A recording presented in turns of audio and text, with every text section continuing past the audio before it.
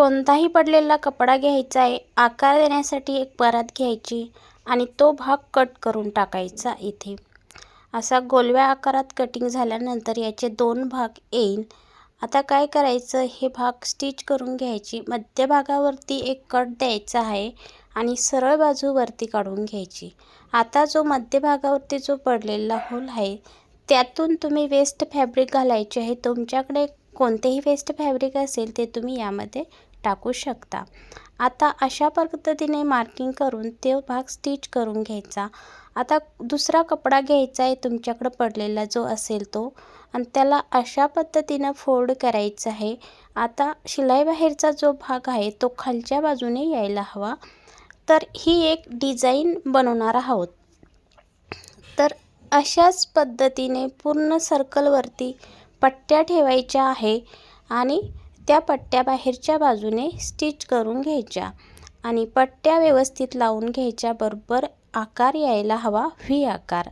आता यानंतर अगोदर जो सर्कल बनवला होता त्याच पद्धतीने दुसरा सर्कल बनवायचा आहे छोट्या आकारामध्ये आणि पट्ट्यांच्या वरतून लावायचा आणि गोलव्या आकारामध्ये पूर्ण भागावरती शिलाई मारून घ्यायची आहे.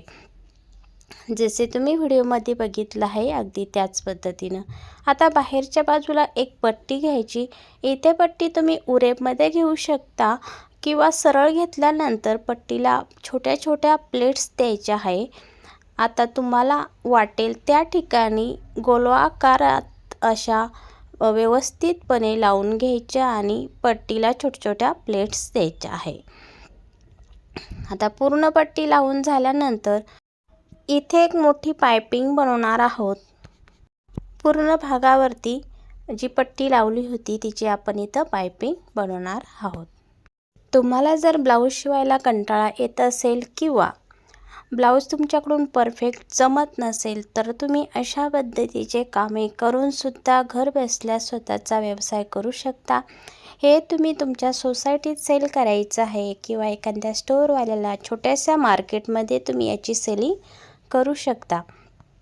आता हे तुमच्या फॅब्रिकवरती आहे, तुम्ही याची प्राईस किती ठेवायची.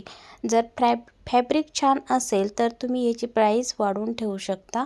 तुमच्या डिझाईननुसार तुम्हाला एक नवीन डिझाईन तुम्ही याच्या तयार करू शकता. डिझाईन छान असेल तर याची सेलिंगसुद्धा छान होते.